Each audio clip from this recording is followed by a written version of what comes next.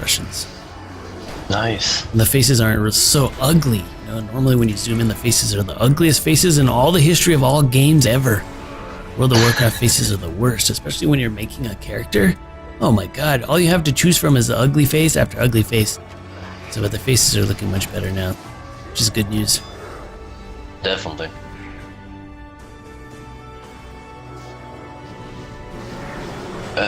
What's this called? Do you know how Noble 87 is? On YouTube? It sounds familiar, but I don't know. Makes a lot of lore videos. Uh-huh. No, And I probably... he found out that all the graphics and all the texture has improved a lot. And like in the snow, you have all these kind of bumps and everything like that. Mm-hmm. So when I was watching it, and then I was watching you stream, so I was like, whoa, that's amazing. Yeah, the textures make a huge difference. Somebody had a good question that I did not know the answer to.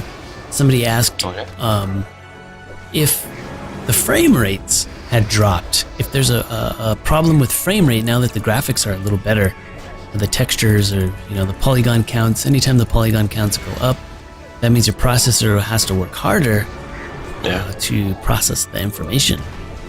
So unfortunately, I have not tested that. I don't know if there's a problem with the frame rate or not. For me, it seems like it's running smooth. The only problem I've had is crashes. Random crashes happening pretty regularly. But don't you run a high-end PC? Yeah, I guess you could say it's high-end in terms of its CPU. I've got the i7 4770. Yeah. It's a high-performance PC CPU, but my graphics card's not really that high performance. So my graphics card is very medium end, economy end. A worker's end. Yeah.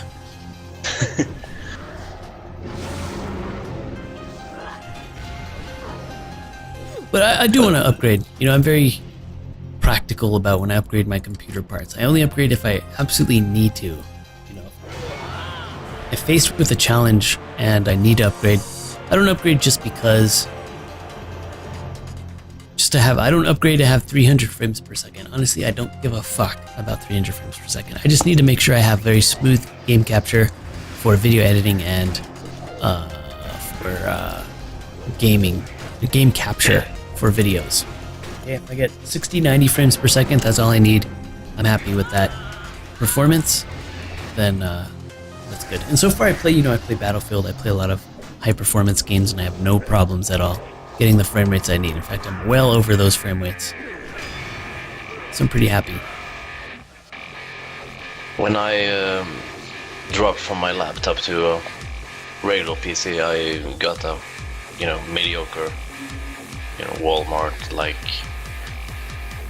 I don't know in US, but in Swedish it's like 5,000 Swedish crowns. And it's been okay. I run dual monitors and I've been in like 40-50 FPS. Good, very nice. So it's not matter what kind of PC you run, it's just what you do and what game you run. The experience is better. Yeah, I think you're right. That's a good perspective. Ted is here. Wower says get the R9 270X. I was looking a little bit at those, the R9,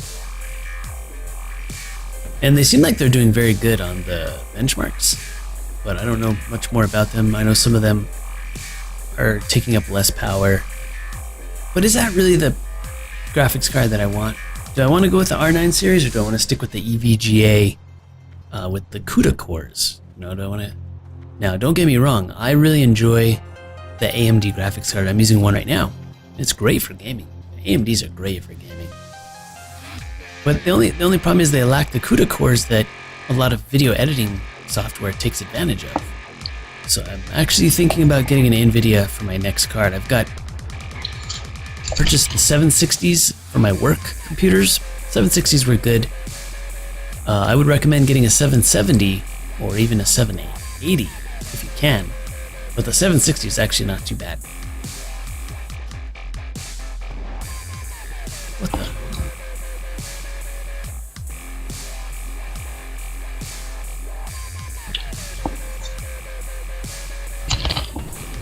Dan827 wants to check out Mistweaver Monks. I'm actually going to do Mage after this. And plus, I don't know shit about Mistweaver Monks, but we got to find out who's doing Mistweaver Monks. Or who's already, who's going to be doing them next. So I'm going to be doing Mage next, actually. Mage and then probably like Shadow Priest. I think was the request. Mages are nice. Mages look really cool. I noticed that there are new casting animations for mages. Yeah. That look very, very, Very cool. nice animations.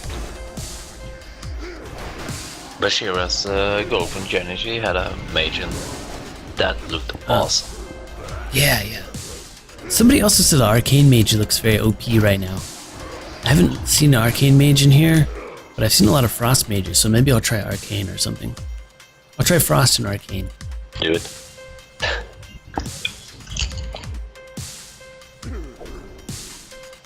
Dude, oh, there he is right there. He's hiding.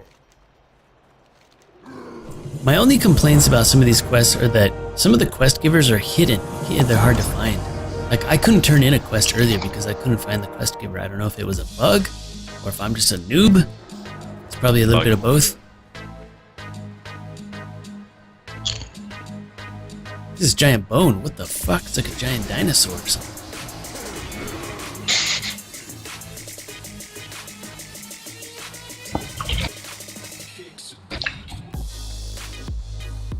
Oh, Frostfire Bolt proc is now casted. You want to know some fucked up shit about Holy Paladin? Now, Eternal Flame and Word of Glory is cast time. So, it used to be an instant cast. And so is Light of Dawn. A lot of Light of Dawn is like the flashlight cast, AoE heal. It too is a cast time now instead of instant. So that's going to change the dynamic of healing quite significantly. I'll queue a dungeon right now so you guys can see what that is like. 'Cause these quests don't give me shit for XP.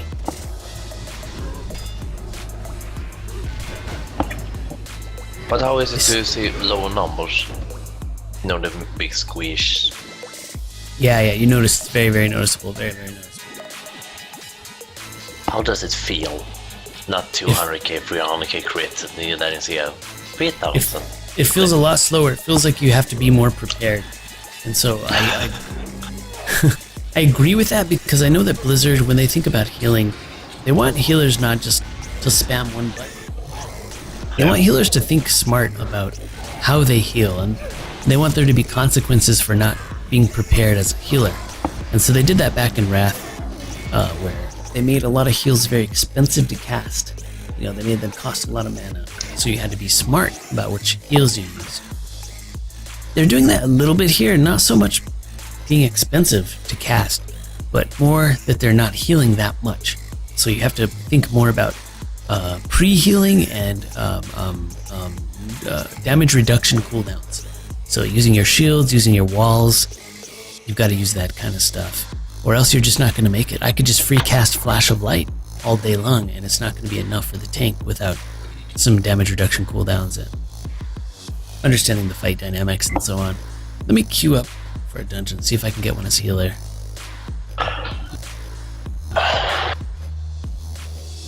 I heard a small rumor, actually. Oh, I'm going in. About the Insta-queue. Nice. About the DK. No necro strikes. Hey, Dark Sock, don't come bad mouthing in my stream, man. I know you guys are having a little scruffle, but I want to keep that out of this stream, if possible, because I just don't agree with what's going on, and I don't want anybody fighting, so I'm not gonna keep it going here. Shit, I need to change my spec. Here we go. Hope the tank doesn't die. Oh, damn it, I got interrupted. He'll be okay, he's fine. Let's see if I can get out of combat.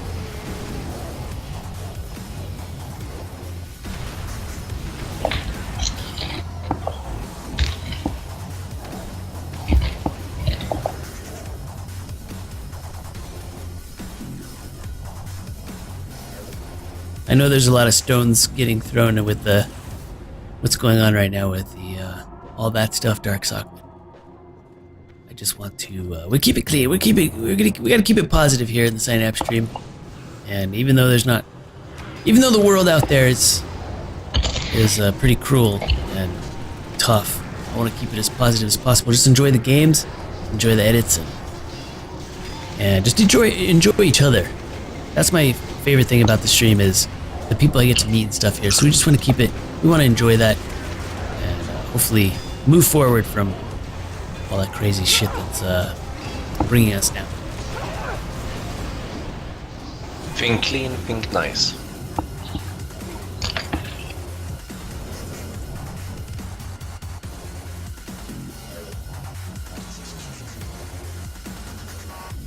How is healing so far, says the tank. Well, hey, this tank he's actually doing really well. Oh boy. I think healing is fine right now until I run out of mana, then we're gonna have a problem. Because I just switched my spec, so my mana's low. Okay, here's something that we can do now. Let's check out Divine Plea. What I'm gonna do is I gotta put my beacon on the tank. I forgot to do that. So when the tank has beacon, that means that when I cast Flash of Light or Holy Light, it's gonna give me a stack of Holy Power. Now that I have 3 stacks of Holy Power, I can hit Divine Plea, which costs 3 Holy Power, instantly regaining 7% of my maximum mana. And it seems that I don't have any consequence to my healing ability, so I can actually get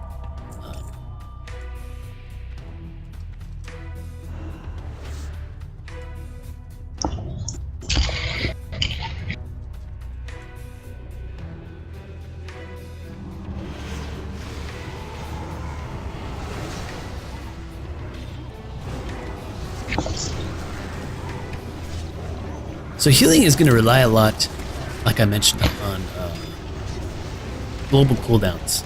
So it's going to be really tricky.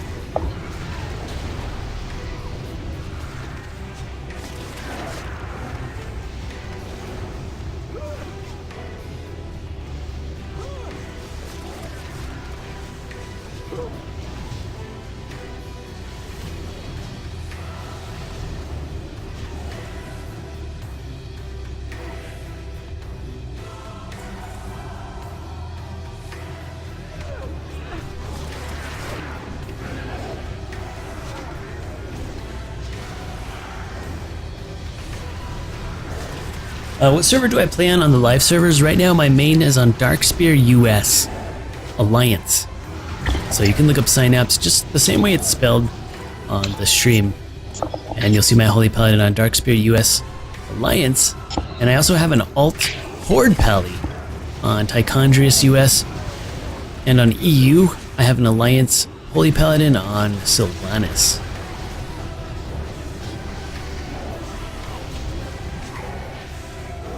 Oops. I don't really have many keybinds because of the alpha, so try to be easy on me. But yeah, I got like half the stuff binded, the other half I'm clicking. I think I'm clicking more in my tank than my pally. A lot of the heals have been consolidated in some ways, so like Holy Light. So that's one less ability to have on the bar. This is a gauntlet right here in this 5-man, so the tank has to actually go all the way up. I don't know if he knows that, but we have to go all the way up here, or else these guys will just keep on coming and keep coming.